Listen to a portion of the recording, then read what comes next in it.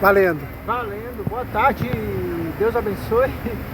Bom, hoje é terça e nós estamos aí atendendo a um compromisso, estamos na Lapa, a área fervendo mesmo, a área pública.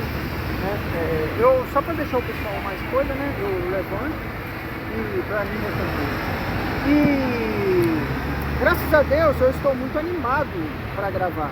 Vou voltar a sentar para a gente conversar. Nós vamos apenas apresentar um tema aí com 10 minutos ou 15 que quiser, né? E graças a Deus eu estou muito animado com o tema. Eu vou colocar por título nesse vídeo: ache um propósito de vida, viva um propósito.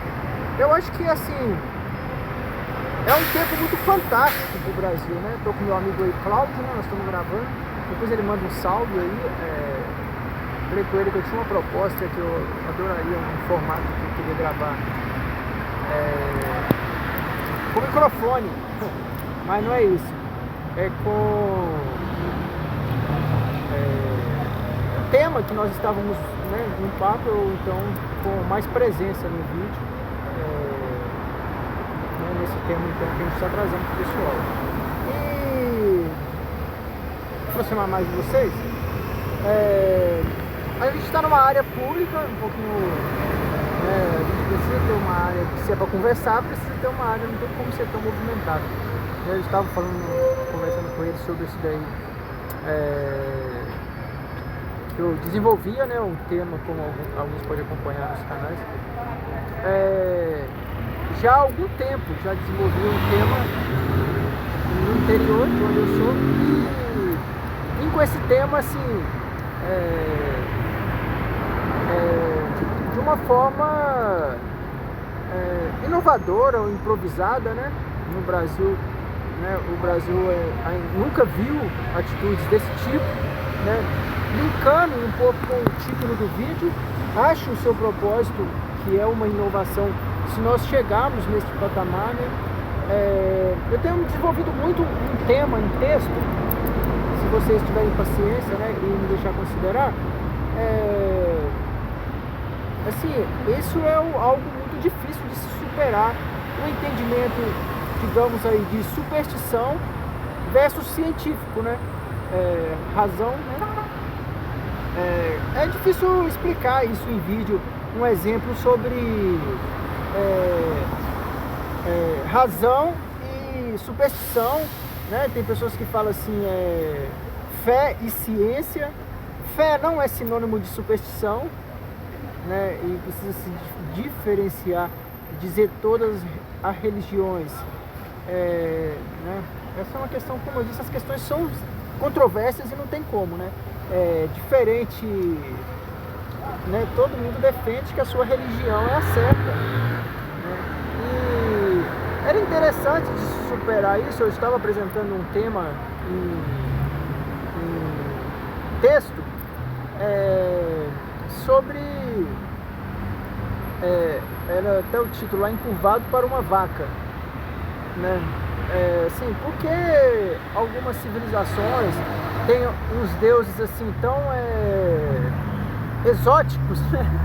Mas outros vão dizer, o seu Deus é super exótico, Fábio, né? Essas suas ideias aí de um Deus invisível, né? Do cristão.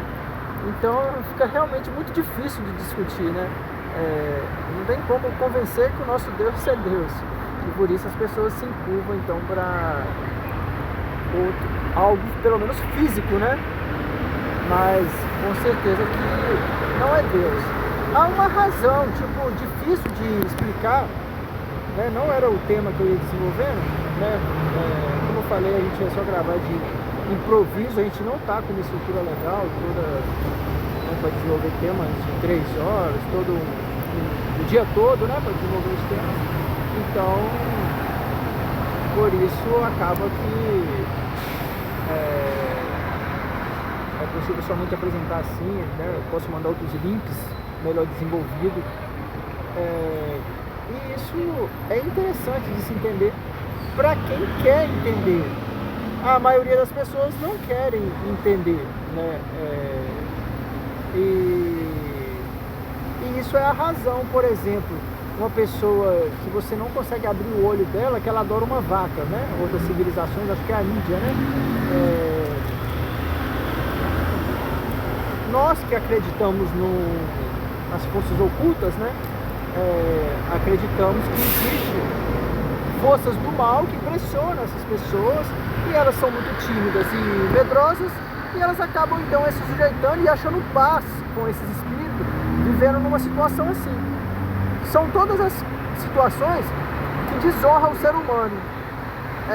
Formas também ultrajantes, como a escravidão, porque que o ser humano, nem tudo é imposição. Alguns, a pessoa que vai para debaixo daquele jugo, né?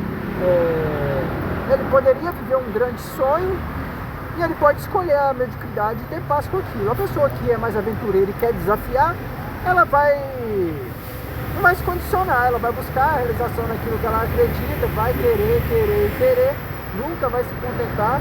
Isso é super interessante, assim, psicologicamente, como que são dois perfis, né, tão opostos, né? Enquanto que uma pessoa da mesma família, dois irmãos, ele pode chegar ali e ser funcionário numa modesta banquinha e o outro tem uma visão muito de querer estudar, se formar, de querer abrir uma loja logo, de querer... Estava conversando com meu amigo aqui antes, com o meu parceiro aqui, o Cláudio, antes de começar a gravar, que nós estamos aqui, tem uma rua por trás, se ele for mostrar, um monte de ônibus, é lá ainda, aí, começou a mostrar. Então o que eu ia dizer? Agora tem um ônibus só, mas é uma fila de ônibus saindo aí, então 5 ônibus, boa tarde, me flagrando, aí acaba no mínimo tirando um pouco dessa concentração para vocês saberem, né? O que acontece. Então, como eu falei, assim, ao vivo é mais difícil. É muito difícil desenvolver o tema. Uma pessoa, até uma sala de aula mesmo, quando você está lá, se um aluno chega atrasado interrompendo, o professor não consegue dar continuidade sem antes explicar algumas coisas, esclarecer para o outro para ele acompanhar. Então, novas pessoas chegando interrompem mesmo. E como eu disse, é impossível superar os temas numa situação dessa, somente considerar alguns temas, né?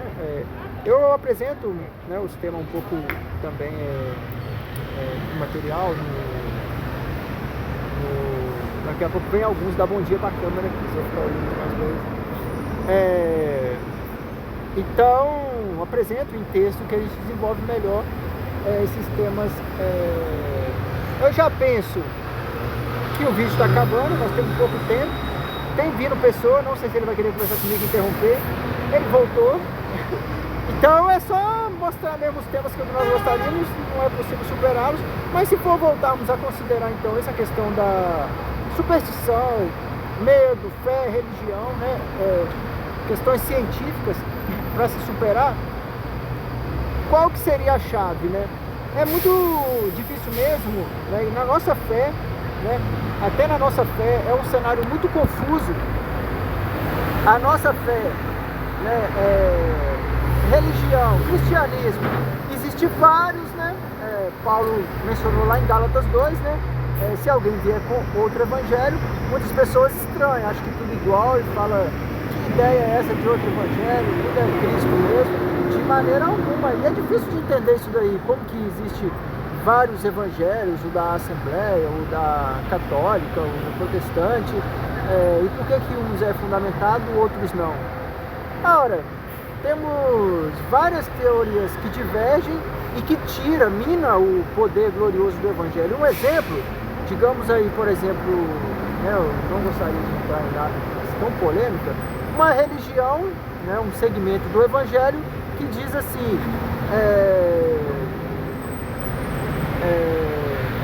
hoje nós vamos sair do paganismo, vamos criar sacerdotes de Cristo e esse pastor aqui vai ser o nosso Deus. Quer dizer, essencialmente, o que é evangelho? Você pode verificar nas escrituras.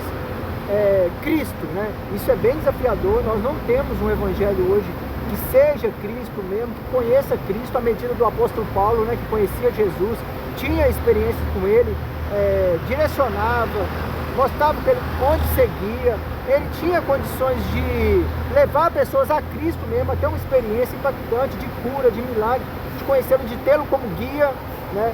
O evangelho do apóstolo Paulo, né? O evangelho de poder.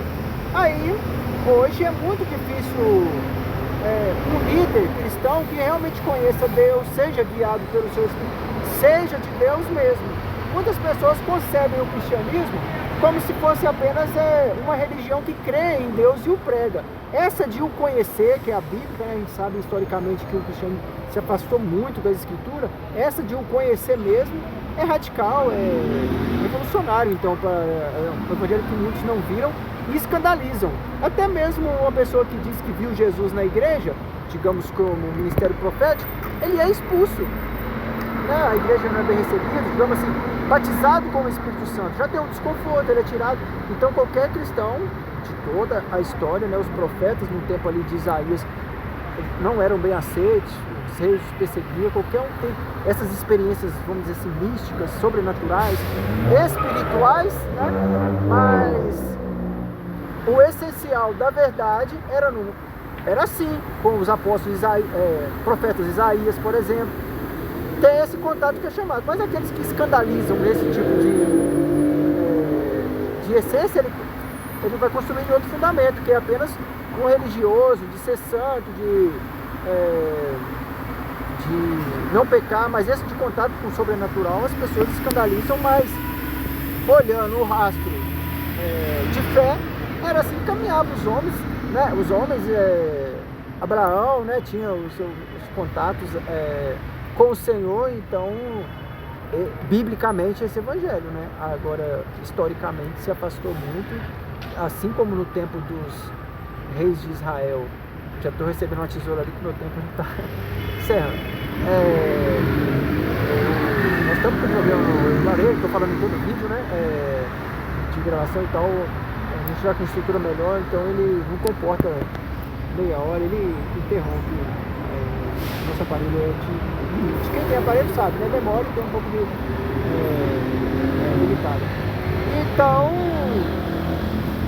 não é difícil de entender o essencial do cristianismo. Agora, se você tem fé para ele, ou você constrói um outro fundamento religioso, escandalizado em Deus, acredita em si mesmo e fica tentando se santificar, né? Por fim, escorregando, né?